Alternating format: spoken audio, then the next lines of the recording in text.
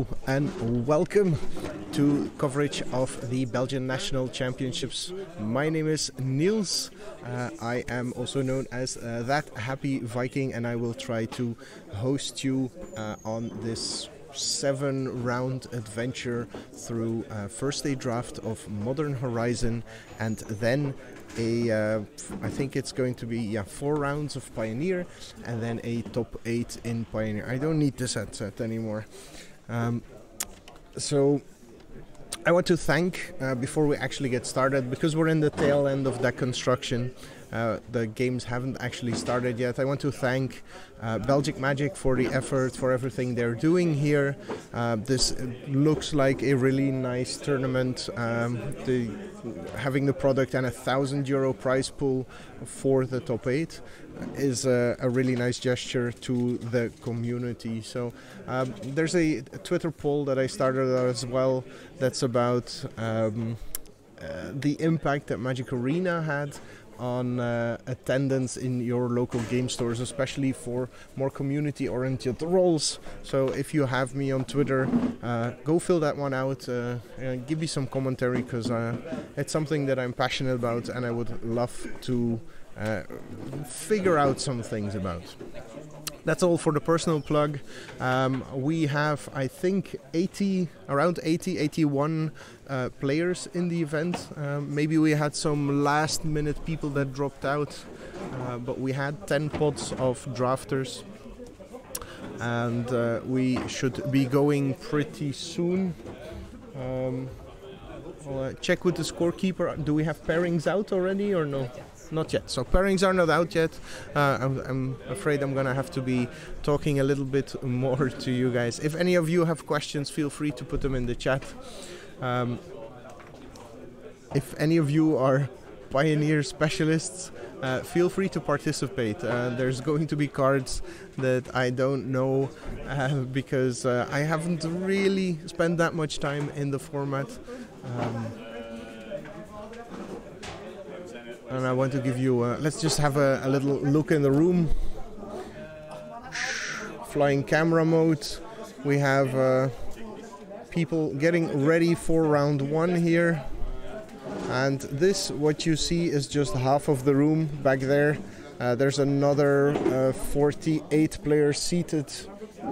Swoosh, sorry for all the people that have motion sickness. Later on, we will also have people joining us here in the commentary booth. So we should have Marijn Leebaert as commentary in the top 8, which should be a lot of fun. So you have to stick with me, hold out until then before you can get actual professional coverage. I'm just playing around here. I'm also the only person running the stream side, so forgive me if at times I go a bit quiet when I need to fix technical stuff behind the scenes. I'm trying to make this as good a show for all of you as possible. But we're limited to what a single person with the current setup can do. So we already had some feedback about not being able to show the draft part. That's because it will require a completely different setup with mobile cameras, and that's just something we can't do at this point. So let's have a look of what we'll actually be using for our viewing area, because this whole thing is just my face, clearly less interesting than what you are here for. We have the overview with card viewer, so I'll try to put everything on there that is relevant as far as the card viewer. Most recent cards we're currently discussing, so it's easier for you guys to follow. The names and the decks you see on here are not actually what the players are playing. It's just a placeholder for me to fill out the template. So I hope it's gonna be a fun day. It's gonna be a long day, like I said. 7 rounds and a top 8. That's about 10 hours of streaming if nothing else goes wrong. And everybody who's ever been to a Magic tournament knows there's always something that does go wrong, whether it's technical difficulties, whether it's people getting investigated for weird shenanigans, or anything else. We're calling out the last few players, I think, that need to hand in their draft deck list, and then we'll jump into the first round of Modern Horizons draft.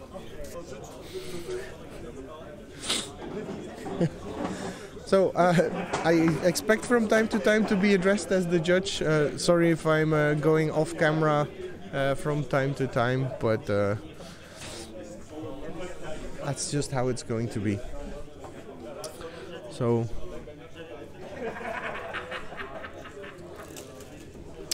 I should have let Theros coverage thingy run a bit longer. Maybe I'm still going to do that. So we'll be back in a few minutes when the actual round 1 starts. Visited Theros. There's a new member of the Pantheon. I mean, kind of new. Okay, the god of destiny has emerged from the underworld after eons. This has far-reaching consequences, not the least of which is the underworld is leaking. Introducing the new keyword, escape. That's right, all kinds of things previously confined to the underworld are back among us, like our new doggo friend, Underworld Ragehound. Escape gives you a way to cast a card from your graveyard. The cost to do so includes 2 parts, some mana you'll have to pay, and a number of other cards you'll exile from your graveyard. And the puppy you thought gone can terrorize your opponent once more. Some creature cards escape with a number of +1/+1 counters. This means Underworld Ragehound will enter the battlefield with a +1/+1 counter if it was cast using escape. If it wasn't cast from your graveyard using the escape ability, it doesn't get this bonus. Escape isn't limited to just creatures. Auras, instants, sorceries, even equipment is making a break for it. Casting a spell using escape doesn't change its timing. Creatures and other non-instant cards can escape only during your main phase. When you cast a spell using escape, it goes on the stack like normal, so it can be countered and otherwise responded to. As long as you can find a way to keep your graveyard filled with cards to exile, cards can escape over and over again throughout the game. Someone really has to talk to Erebos about this.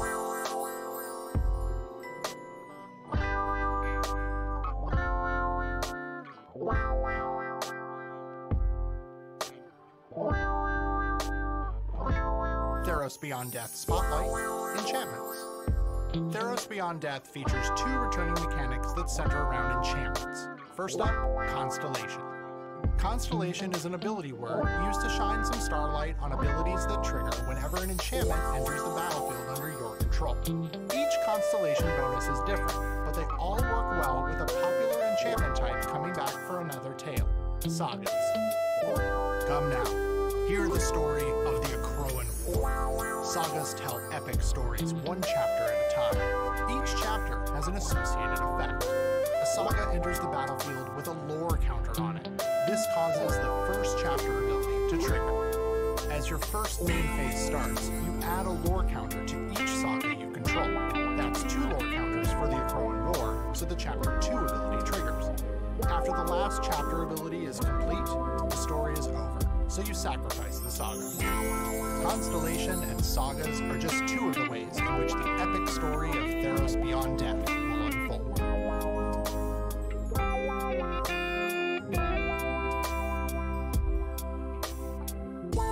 Theros Beyond Death Spotlight, Devotion.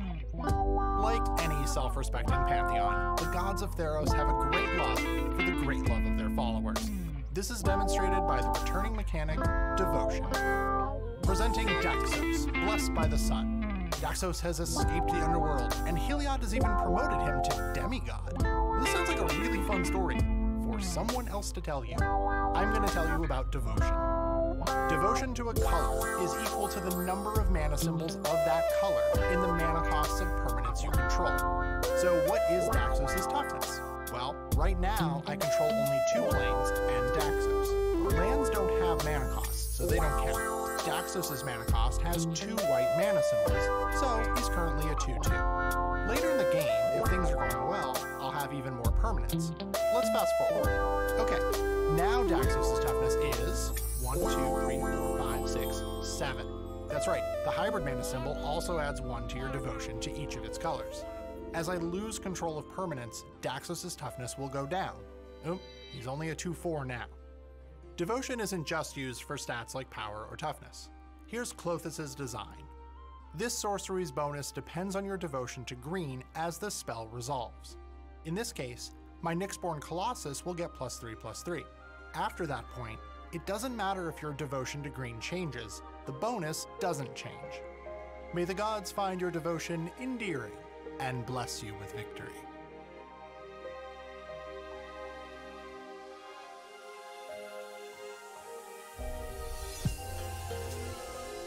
Theros Beyond Death Spotlight. Escape. A lot has changed since we last visited Theros. There's a new member of the Pantheon. I mean, kind of new. Okay, the god of destiny has emerged from the underworld after eons, and this has far-reaching consequences, not the least of which is the underworld is leaking. Introducing the new keyword, escape. That's right, all kinds of things previously confined to the underworld are back among us, like our new doggo friend, Underworld Ragehound. Escape gives you a way to cast a card from your graveyard. The cost to do so includes two parts, some mana you'll have to pay, and a number of other cards you'll exile from your graveyard. And the puppy you thought gone can terrorize your opponent once more. Some creature cards escape with a number of +1/+1 counters. This means Underworld Ragehound will enter the battlefield with a +1/+1 counter if it was cast using escape. If it wasn't cast from your graveyard using the escape ability, it doesn't get this bonus. Escape isn't limited to just creatures. Auras, instants, sorceries, even equipment is making a break for it. Casting a spell using escape doesn't change its timing. Creatures and other non-instant cards can escape only during your main phase. When you cast a spell using escape, it goes on the stack like normal, so it can be countered and otherwise responded to. As long as you can find a way to keep your graveyard filled with cards to exile, cards can escape over and over again throughout the game. Someone really has to talk to Erebos about this.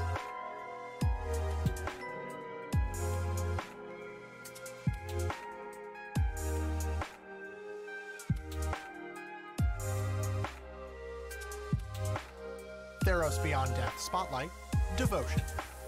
Like any self-respecting pantheon, the gods of Theros have a great love for the great love of their followers. This is demonstrated by the returning mechanic, Devotion. Presenting Daxos, blessed by the sun. Daxos has escaped the underworld, and Heliod has even promoted him to demigod. This sounds like a really fun story for someone else to tell you. I'm going to tell you about Devotion. Devotion to a color is equal to the number of mana symbols of that color in the mana costs of permanents you control. So what is Daxos' toughness? Well, right now I control only 2 planes and Daxos. Lands don't have mana costs, so they don't count. Daxos' mana cost has 2 white mana symbols, so he's currently a 2/2. Later in the game, if things are going well, I'll have even more permanents. Let's fast forward. Okay, now Daxos' toughness is 1, 2, 3, 4, 5, 6, 7. That's right, the hybrid mana symbol also adds 1 to your devotion to each of its colors. As I lose control of permanents, Daxos' toughness will go down. Oh, he's only a 2/4 now. Devotion isn't just used for stats like power or toughness. Here's Clothis' design. This sorcery's bonus depends on your devotion to green as the spell resolves. In this case, my Nyxborn Colossus will get +3/+3. After that point, it doesn't matter if your devotion to green changes, the bonus doesn't change. May the gods find your devotion endearing and bless you with victory.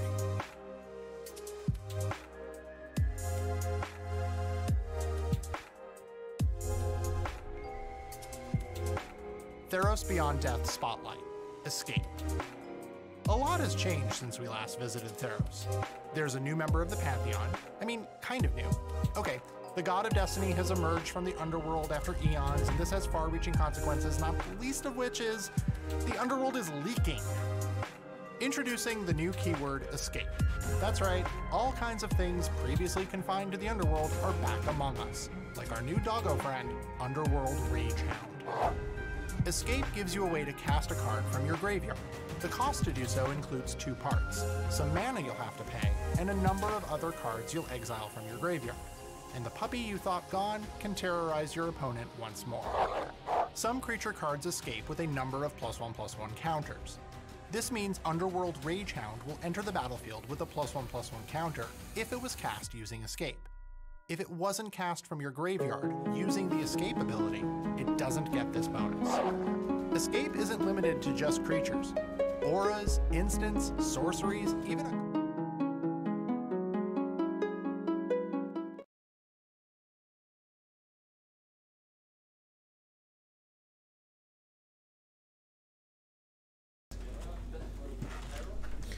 All right, everybody, and we are ready to start round one.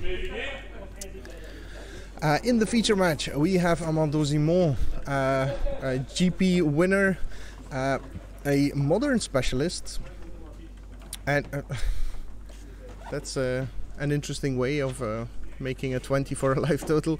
And Chris van de Wouwer. Chris van de Wouwer is the person who is the father behind Belgic Magic, so it's very nice to have him in the event as well.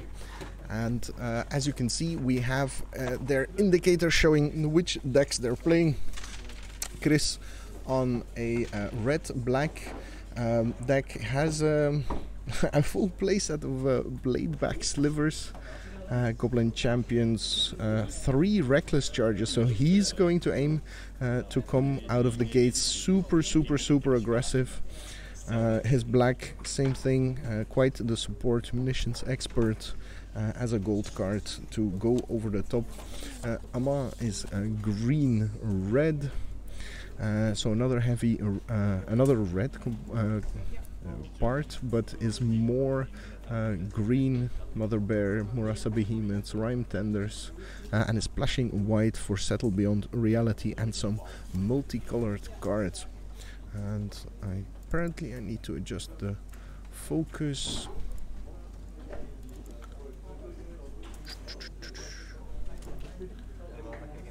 Focus, stop auto-focusing. There we go. Alright, and we're good to go, I think. Yeah, let's try to update the card viewer so it's actually showing you some relevant information.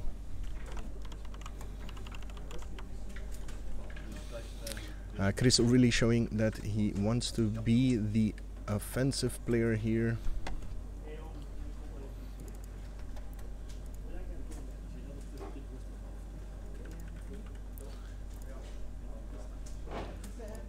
Okay.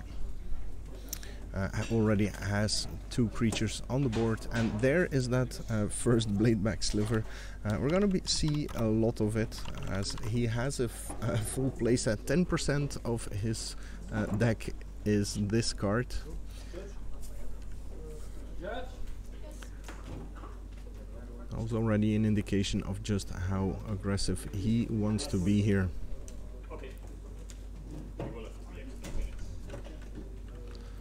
Amand, I think, yeah, he had to discard due to hand size, and that's a goblin. What's his name? Goblin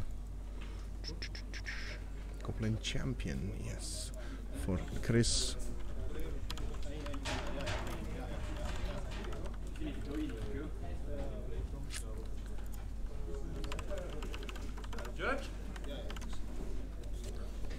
Also, we are in the playing area, so things might get a bit rowdy behind me.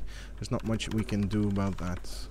A Rhyme Tender for Amand gets defiled.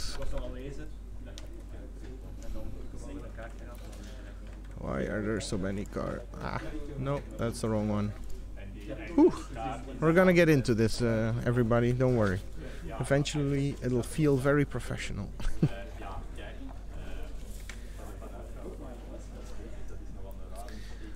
Okay, so Chris, firmly in control, but has thrown a lot of cards on the table already. He has those only 3 cards in hand, and is facing off against 6 for Amand.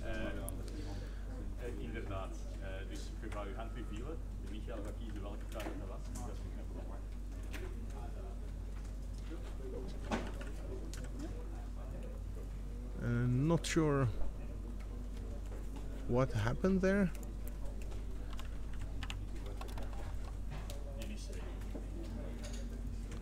So Chris passed priority without casting anything.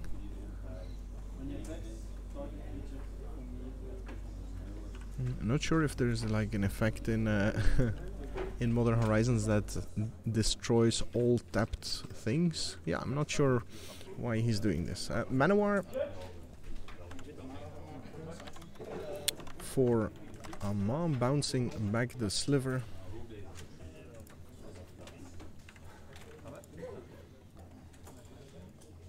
And we have a munitions expert for Chris, getting rid of that Manowar straight away.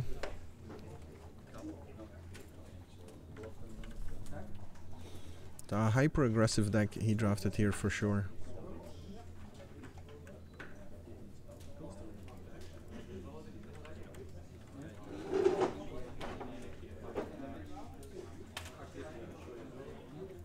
As we see Chris further developing his boards, replaying the sliver.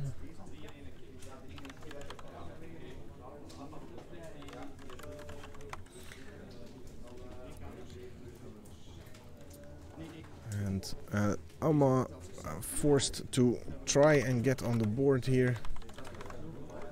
Tries to get defenses up, a Rhyme Tender, and the Iceberg Cancrix for him.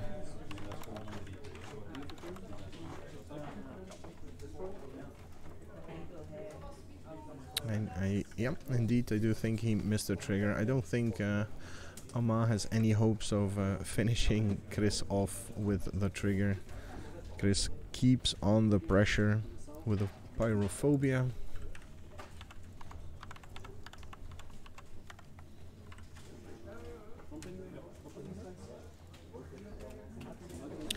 And swings with the team, and that'll put Amand in single digits.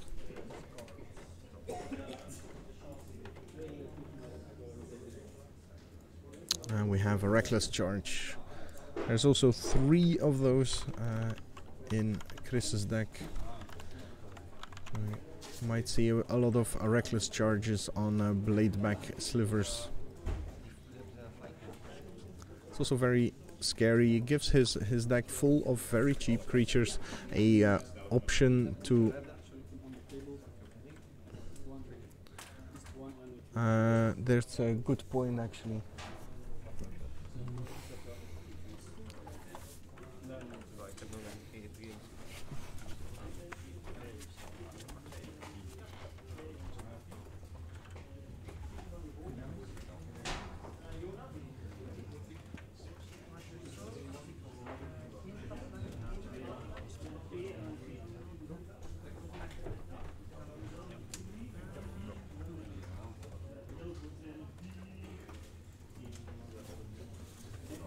Okay, sorry for the radio silence. We sent a judge to check what was going on there. I do think he did that after blocks. So the judge is now there to see if we can still rectify the situation.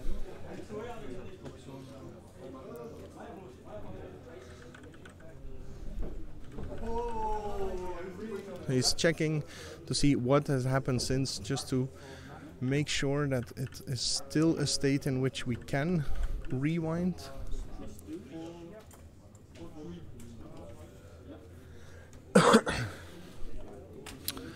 But there was mana tapped for the Pyrohemia as well.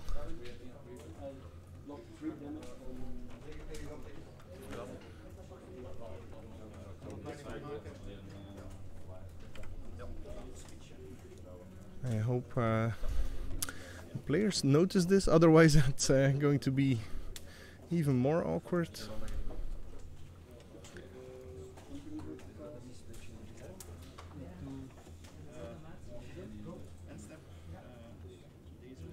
So they forgot, yeah, they realized about the Pyrohemia. Good job, guys.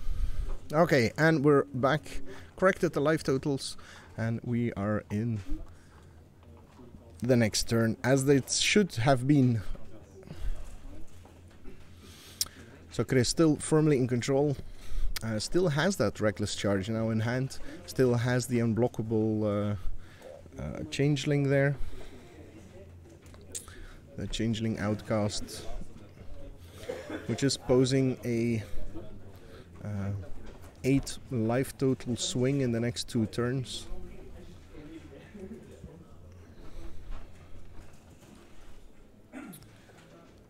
And we have the second Cancrix, and this time we don't forget the trigger and we start milling. Maybe it will be Amand's plan after all. And we have a Mother Bear to help hold down the ground. So defense is looking a lot better right now, but again we have that changeling.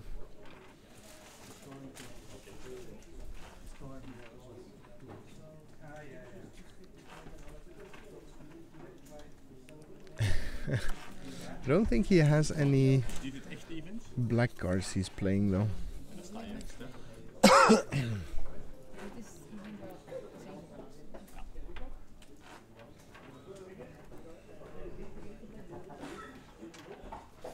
Oh yeah, I need to correct that, it seems. Green, red, blue, white snow. Let's make sure that's updated. There we go.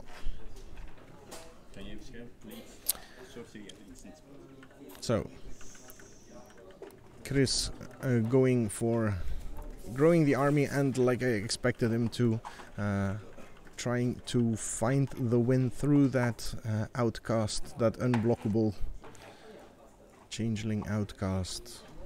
But Amand does have solutions to it. Plays his what's his face? Spring Bloom Druid.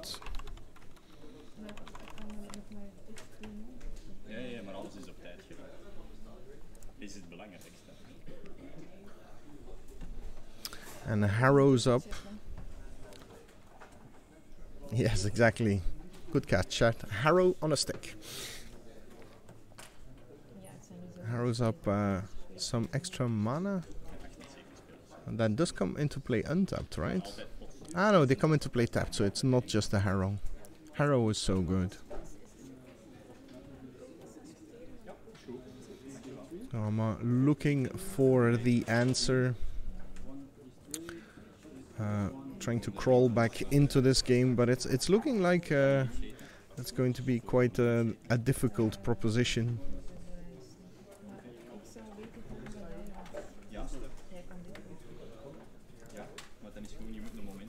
True, Harrow was also an instant. Okay. Second reckless charge on the Outcast Changeling, the flashback, and attacks. There is a red mana there. The Chasm for Amand.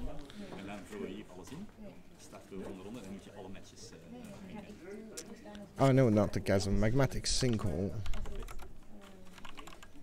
All the legacy players now angry at me. How can you not know what the card is called? Okay, but solves the most immediate problem in the Changeling Outcast there. There's still the issue of the Bladeback slivers that as soon as Chris gets Hellbent will be able to ping. So Amand is far from safe and comes in with a Mama Bear. Ooh. And follows it up with some good old green fat. The Murasa Behemoth enters the fray.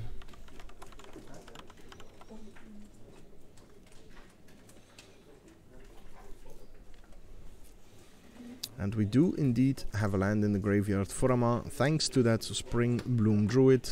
So that is an 8/8 trample, ready to pounce on Chris, who is now probably looking at emptying his hand in order to get those slivers online. Bladeback sliver turns into a pinger as soon as you're hellbent.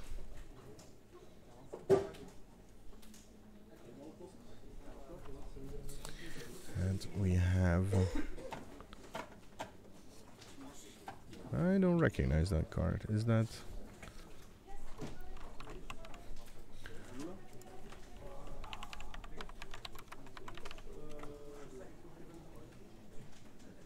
Is that? No, that's not Bugarden Dragonheart. Ah, we're just guessing now. Orcish Hellraiser. Is that you? Yes, found him. Okay. Orcish Hellraiser. So next turn, that's dealing 2 damage. Probably when Chris lets it die. He has 1 card in hand, so if the next card he draws is something playable, that will be the kill. Last card in his hand is, if I'm not mistaken, a Reckless Charge.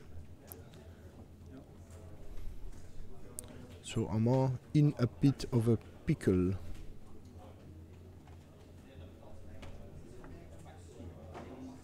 Ah, no land, yeah, he delved those away to cast the sinkhole. Yep. So it's just a 5/5, but that's pretty irrelevant because it's most likely Amand needs to go for the kill here. Cycles through some lands, looks for answers, passes the turn, doesn't even try to push through. Chris pays for the echo because it's just easier to have it attack as well, but then it can be blocked by Cancrix and not die.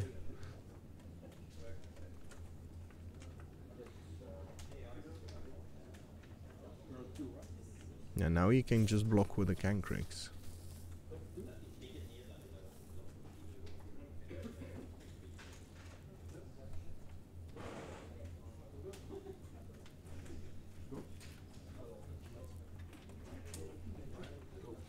This doesn't look like a very good thing. So this is double ping, untap, double ping at this point.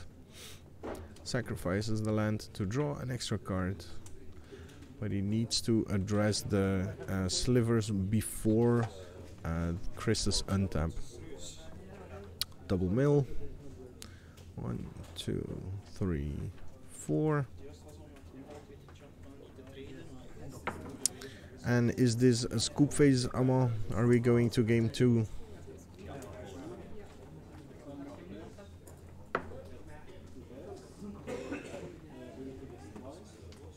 Amand, the tank, looking for solutions. Or at this point, trying to memorize Chris's deck list for the next games. How am I going to sideboard? It's an underrated thing to do, especially if you have a mill deck and you get to see a bunch of extra cards. And indeed, Amand scoops them up and decides he has enough information to go to game 2. Immediately dives into that sideboard to see if there's ways to optimize his deck list.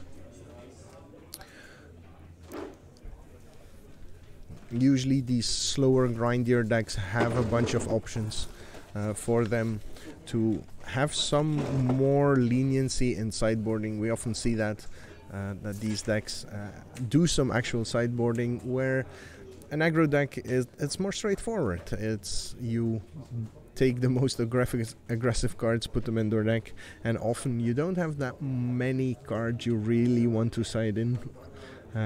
So let's have a quick look at the options that Chris has actually. Anomizawa's Charm is something that could come in against really aggressive other decks. Venomous Changeling is interesting against very well, fat-oriented decks, let's just say. Beefier decks. So if we see him facing off against more difficult green players, we might see that one coming in. Fist of Flame is in his sideboard. I think you'd play that even if you have nothing extra. Still a combat trick, and it still draws you at least 1 card, right? Fists of Flame. Let's have a look at it. Fists of Flame, yeah, draws a card. Oh, gains Trample as well. So, yeah. Amand's mana was a bit iffy. Well, he's also playing a 4-color deck. And there's that.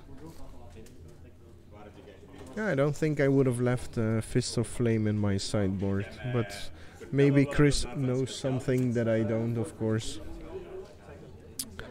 Rest of the cards in his sideboard are not really something that looks super relevant to me.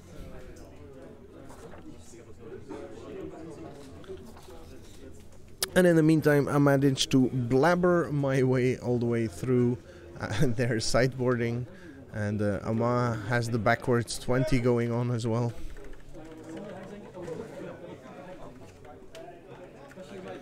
Oh, and we see Amand 0-1 down and going to his going to take a mulligan. There we go. Chris is up 1-0. I'm gonna forget the indicator for the game so many times. This is the first time I have it, so bear with me, dear viewer. And again, if anyone has some input in the chat, backseat gaming discussions very much encouraged and allowed. Someone's very active in the chat. Yeah, we need somebody to talk to Bractardo, otherwise he's gonna feel lonely. Alright, are we ready? Yes, Amand is keeping these 6 cards and is ready to go. I must admit, I really like Chris's deck. Really offensive. But this time it is Chris that's on the board first. And it's really hard to be the aggro deck that is trying to catch up from behind.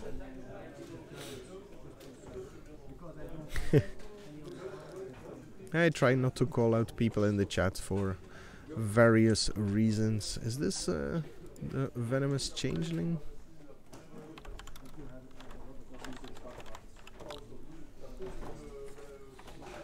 No, that's not it. What else do you have?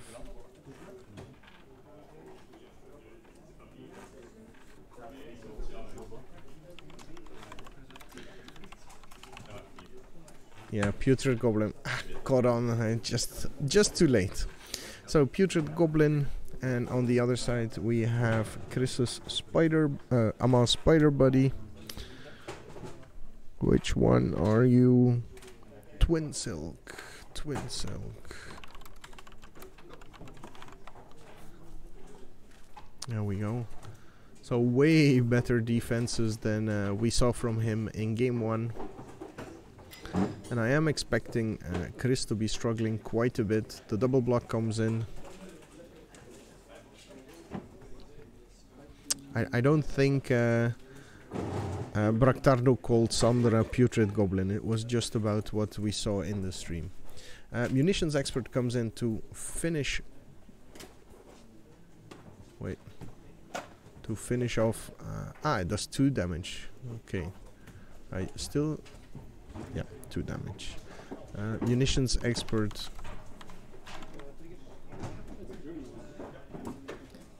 And Carrion Feeder.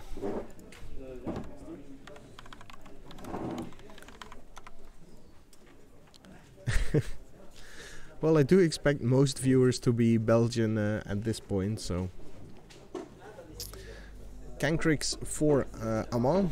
So if milling is his main plan, and it looks like with double Cancrix it might just be. It's not the armored variant, it's the other one. But then... it's whenever another snow permanent, so he didn't actually miss the trigger. It just doesn't trigger.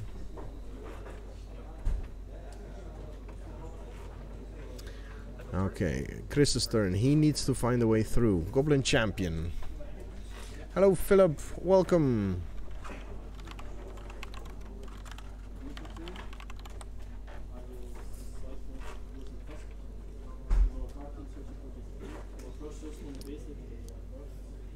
And what's the other ones? The Dragon Heart. So Chris building up quite a sizable army, starting to go wide. I get tricked again by the Azerti Querti conundrum.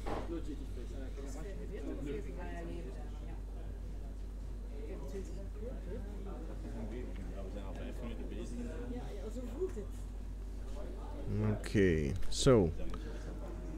Oh, the second Cancrix shows up again. Quite interesting. He only has two, and we've seen both of them already this time. So if it comes to a game 3, this might warp Chris's perception of what kind of deck he's actually playing against.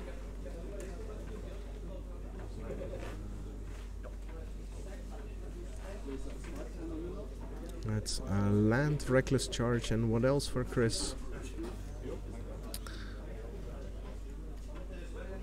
Yeah, I don't think Amand is very focused on the mill game if he's missing this many triggers.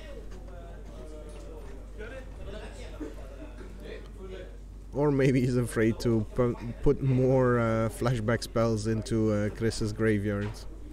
Reckless charge, flashbacked from the graveyard on the Dragonheart.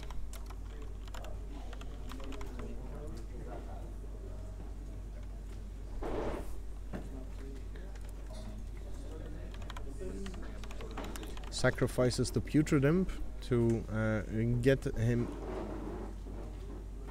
into the air. So that's a 7 power beater in the skies, and he follows it up with a Bladeback Sliver. This is round 1. The tournament started at 10. And we are currently, I think, 25 minutes into round 1, and it's already wrapped up. Chris van de Wouwer, the father of Belgic Magic, the co-organizer of this very event, wins round 1 against Amand Dosimont, our GP winner. So expect Chris to win a GP anytime soon, I suppose.